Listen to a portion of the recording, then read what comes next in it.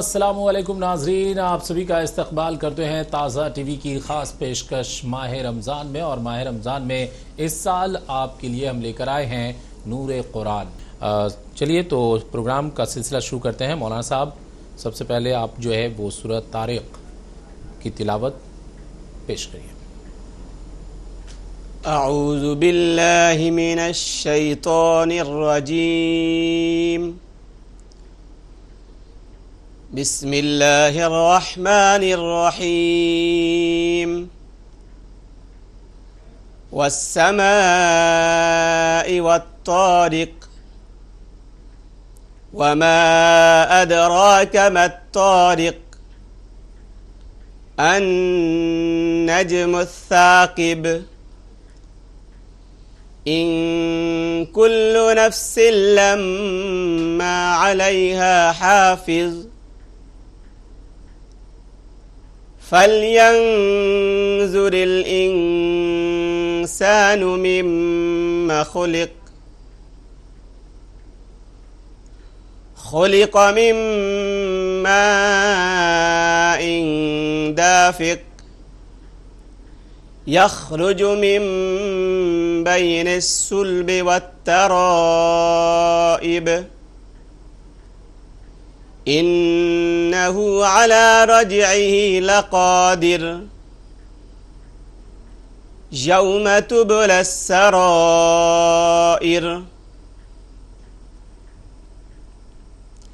فما له من قوة ولا ناصر، والسماء ذات الرجع، والأرض ذات الصدع، إنه لقول فصل، وما هو بالهزل، إنهم يكيدون كيدا وأكيد كيدا، فمهل الكافرين أمهلهم رويدا، صدق اللہ العظیم۔ قسم ہے آسمان کی اور طارق کی، اور اب کیا جانیں کہ طارق کیا ہے۔ وہ چمکدار ستارہ ہے، کوئی شخص ایسا نہیں ہے جس پر کوئی محافظ نہ ہو۔ تو انسان کو غور کرنا چاہیے کہ وہ کس چیز سے پیدا کیا گیا ہے۔ وہ ایک اچھلتے ہوئے پانی سے پیدا کیا گیا ہے جو ریڑھ اور پسلیوں کے درمیان سے نکلتا ہے۔ بے شک وہ اس کو دوبارہ پیدا کرنے پر پوری طرح قادر ہے۔ جس دن تمام پوشیدہ باتوں کی جانچ ہوگی، اس وقت انسان کے پاس نہ کوئی قوت ہوگی اور نہ کوئی ناصر و مددگار ہوگا۔ قسم ہے بارش والے آسمان کی اور پھٹ جانے والی زمین کی کہ بے شک یہ ایک فیصلہ کن کلام ہے، اور یہ کوئی لغو کلام نہیں ہے۔ بے شک وہ لوگ چالیں چل رہے ہیں اور میں اپنی چال چل رہا ہوں، تو آپ ان کافروں کو مہلت دیجئے، ان کو تھوڑی دیر چھوڑ دیجئے۔ معزز ناظرین، آج ہمارے سامنے سورۃ طارق ہے۔ اللہ کا شکر ہے کہ ہم روزانہ آپ کے سامنے اس سال نور قرآن کے تحت 30ویں پارے کی ایک ایک سورت کا ترجمہ اور اس کی تشریح پیش کرنے کی کوشش کر رہے ہیں، اور یہ سلسلہ بہت کامیابی کے ساتھ آگے بڑھ رہا ہے۔ ہماری کوشش ہوتی ہے، شاہ عالم بھائی نے جیسے کہا، کہ انسان اس زبان میں بات کرے جو زبان لوگوں کی سمجھ آتی ہے، جسے لوگ سمجھتے ہیں۔ میں کوئی ایسی زبان میں گفتگو کروں یا کوئی آدمی آپ کے سامنے ایسی زبان میں بات کرے جس میں اس کی قابلیت کا تو اندازہ لگایا جا سکے کہ وہ بہت پڑھا لکھا اور بہت قابل بہت بلیغ اصطلاحات کا استعمال کرنے والا آدمی ہے، لیکن بات سمجھ میں نہ آئے اور سر کے اوپر سے جائے تو بات ادھوری رہ جاتی ہے، کیونکہ بات کا مقصد پیغام رسانی ہوتا ہے، میسج کنوے کرنا ہوتا ہے۔ اگر آپ تک پیغام نہیں پہنچا تو بات ساری ادھوری رہ جاتی ہے۔ یہی بات قرآن کے حوالے سے بھی ہے، اور اس سورۃ طارق میں بھی ہم دیکھتے ہیں کہ اللہ تبارک و تعالیٰ نے اس میں فرمایا ہے اخیر میں ایک بات کہ یہ جو قرآن ہے انہ لقول فصل وما ہوا بالہزل، یہ ایک ایسا کلام ہے جو فیصلہ کن کلام ہے، جو بالکل سیدھی سچی بات آپ کے سامنے رکھتا ہے، اور یہ کوئی بیکار کی بات نہیں ہے، کوئی لغو کلام نہیں ہے، کوئی بکواس بات نہیں ہے کہ بس کہہ دی گئی، جیسے بعض دفعہ بعض لوگ غیر ضروری بات بھی کر لیتے ہیں۔ قرآن میں ایک بھی بات ایسی نہیں ہے جو کم ضروری ہو، ہر بات ضروری ہے، ہر بات اہم ہے۔ اللہ تعالیٰ نے اس کو اتارا ہے، انسانوں کی رہنمائی کے لیے اتارا ہے، اور میں بار بار کہتا ہوں کہ قرآن پاک کو اللہ نے آسان زبان میں اتارا ہے۔ قرآن مشکل ہے یہ ایسی بات وہ کہتے ہیں جنہوں نے کبھی قرآن پڑھنے کی کوشش نہیں کی، جو کبھی قرآن کے قریب آئے نہیں، جن کی سمجھ میں قرآن نہیں آیا، انہوں نے کہہ دیا کہ قرآن سمجھ میں آنے والی کتاب نہیں۔ ایسا ہی ہوتا ہے ہر کام میں۔ ایک آدمی کھیلنا نہیں جانتا تو اس کھیل کو مشکل کہتا ہے، ایک آدمی ناچنا نہیں جانتا تو وہ آنگن کو ٹیڑھا کہتا ہے۔ تو معلوم نہ ہو تو ایسا کہا جاتا ہے، لیکن حقیقت میں قرآن بہت آسان ہے، کیونکہ جس نے قرآن اتارا ہے اس نے خود کہا ہے، بار بار کہا ہے، ایک سورہ میں 4 بار کہا ہے وَلَقَدْ يَسَّرْنَا الْقُرْآنَ، کہ ہم نے قرآن کو آسان بنایا۔ اللہ نے انسان کے لیے اتارا ہے، انسان کی زبان میں بات کی ہے۔ عرب میں اتارا تھا تو عربوں کی زبان میں اتارا، اور کہا اِنَّا أَنزَلْنَاهُ قُرْآنًا عَرَبِيًّا لَعَلَّكُمْ تَعْقِلُونَ، عربی میں اس لیے اتارا تاکہ تم عقل حاصل کر سکو، تاکہ تم سمجھ سکو۔ تو یہ اللہ تبارک و تعالیٰ کا کلام سمجھنے کے لیے اللہ نے اتارا ہے۔ ہم دیکھ رہے ہیں کہ یہ جو صورتیں ہیں، ابھی قیامت کا ذکر بہت تفصیل کے ساتھ چل رہا ہے، 30ویں پارے میں مکی صورتیں ہیں، اس حالت میں اور اس ماحول میں نازل کی گئی ہے یہ صورتیں جب لوگوں کو صحیح بات بتانے کی شدید ضرورت تھی، لوگ اللہ کے اوپر پوری طرح سے ایمان نہیں رکھ رہے تھے یا اس ایمان کا حق ادا نہیں کر رہے تھے۔ اور سب سے بڑی بات اللہ تعالیٰ نے اس میں بار بار زور دیا ہے کہ انسان آخرت کو بھول جاتا ہے۔ انسان کا سب سے بڑا پرابلم یہ ہے کہ وہ آخرت کو فراموش کر دیتا ہے، اس کو خیال نہیں رہتا کہ اس کا حساب کتاب ہونا ہے، اس کو اندازہ نہیں رہتا کہ اس کو آگے جا کے حساب دینا ہے۔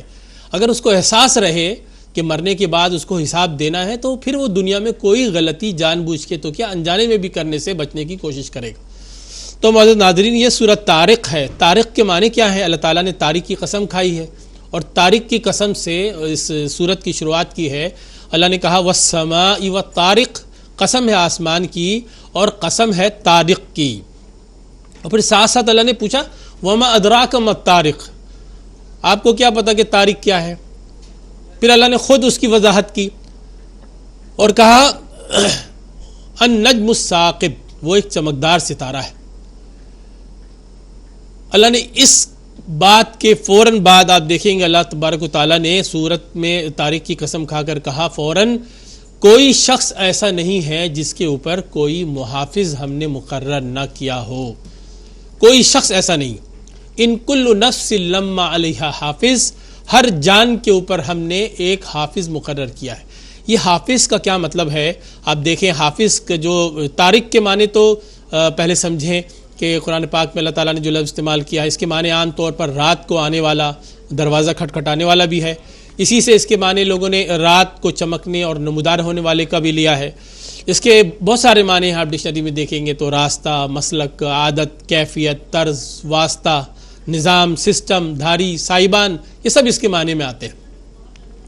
اللہ تعالیٰ نے لفظ حافظ کو قرآن مجید میں 2 معنوں میں استعمال کیا ہے، آپ دیکھیں گے ایک حفاظت کرنے والا اور دوسرا نگہبانی کرنے والا، نگرانی کرنے والا۔ یہاں جو حافظ ہے وہ نگرانی کرنے والے کے معنی میں ہے۔ اسی معنی میں ابھی ہم نے پیچھے سورہ انفطار میں دیکھا اللہ تعالیٰ نے جب کرامن کاتبین کا ذکر فرمایا تھا وہاں بھی اللہ نے کہا وَإِنَّ عَلَيْكُمْ لَحَافِظِينَ، ہم نے تمہارے اوپر حافظ مقرر کیے ہیں، نگراں مقرر کیے ہیں، کرامن کاتبین، جو کرامن کاتبین ہیں، مکرم لکھنے والے ہیں، یعلمون ما تفعلون، تمہارے سارے معاملات کو اچھی طرح جانتے ہیں۔ یہاں پر جو ایک بہت خاص بات ہے جو آج کے زمانے میں دیکھیں، قرآن پاک اللہ تبارک و تعالیٰ نے اب سے 1400 سال پہلے نازل فرمایا. اس زمانے میں لوگ جتنی عقل رکھتے تھے، جتنی معلومات تھی، اس کے حساب سے انہوں نے اس کو سمجھا. زمانہ جیسے جیسے ترقی کر رہا ہے، نئی نئی چیزیں سامنے آ رہی ہیں، تو قرآن کے بھی جو اور جوہر ہیں کھل رہے ہیں. اللہ تعالیٰ نے کسی لفظ کو کسی معنی میں استعمال کیا تھا، آج بہتر سمجھ میں آ رہا ہے. جیسے قرآن پاک میں اللہ نے کہا فَمَن يَعْمَلْ مِثْقَالَ ذَرَّةٍ خَيْرًا يَرَهُ، کہ کوئی تم دیکھو کہ کوئی چھوٹی سی بھی نیکی کرے گا تو وہ اس کو دیکھے گا. وَمَن يَعْمَلْ مِثْقَالَ ذَرَّةٍ شَرًّا يَرَهُ، اور کوئی چھوٹی سی بھی برائی کرے گا تو وہ اس کو دیکھے گا. تو کل عام طور پر جب اس کا ترجمہ کیا گیا، اس کی تشریح کی گئی، تو اس کا مطلب یہی کہا گیا کہ انسان اپنے عمل کا نتیجہ دیکھے گا، کیونکہ اس کے دماغ میں یہ بات کبھی نہیں آئی، کہیں سے نہیں آئی کہ عمل کو بھی دوبارہ دیکھا جا سکتا ہے.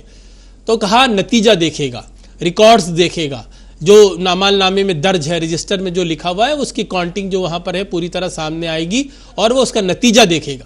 مگر آج ہم جب قرآن کی اس آیت کا تلاوت کرتے ہیں تو ہم کو اندازہ ہوتا ہے کہ اللہ تعالیٰ ہو سکتا ہے، بالکل ہو سکتا ہے کہ وہ ہمارے پوری زندگی کی ریکارڈنگ کر رہا ہو. انسانوں کے اوپر، ایک ایک آدمی کے اوپر ایک ایک کیمرے لگے ہوں، جیسے ہم خود لگا دیتے ہیں. اب تو ہر جگہ CCTV کیمرے لگے ہوتے ہیں، لوگ آتے جاتے ہیں، ان کے اعمال ریکارڈ ہوتے ہیں. لوگ شادیوں کی ریکارڈنگ کراتے ہیں، بلکہ اب تو موت کی بھی بعض جگہوں پہ لوگ ریکارڈنگ کراتے ہیں کہ تجہیز تدفین ہو رہی ہے اور ریکارڈنگ چل رہی.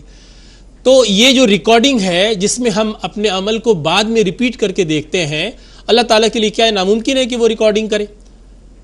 تو وہ بھی ریکارڈنگ کر سکتا ہے. تو اللہ تعالیٰ نے کرامن کاتبین بھی مقرر کیے. اور یہاں لفظ حافظ کے فوراً بعد جو حافظ اللہ تعالیٰ نے طارق کی بات کہا ہے، اس سے اور آسمان کے چمکتے ہوئے ستارے کی قسم کھائی ہے، اس سے ایک اندازہ اس بات کی طرف جاتا ہے کہ ہو سکتا ہے آسمان میں ایسے کیمرے اللہ تعالیٰ نے، جو برجوں والے آسمان میں اللہ تعالیٰ نے ایسے سیٹلائٹس لگا رکھے ہیں، ایسے ستارے ہیں جہاں سے نگرانیاں کی جا رہی ہیں. اور آج کے زمانے میں تو بہت سارے ممالک نے اپنے اپنے سیٹلائٹس کیمرے چھوڑ رکھے ہیں جو لوگوں کے اوپر سے ریکارڈنگ کرتے ہیں. اتنے طاقتور ہوتے ہیں کہ وہاں سے زوم کر کے ہر ایک عمل کو ریکارڈ کر لیتے ہیں.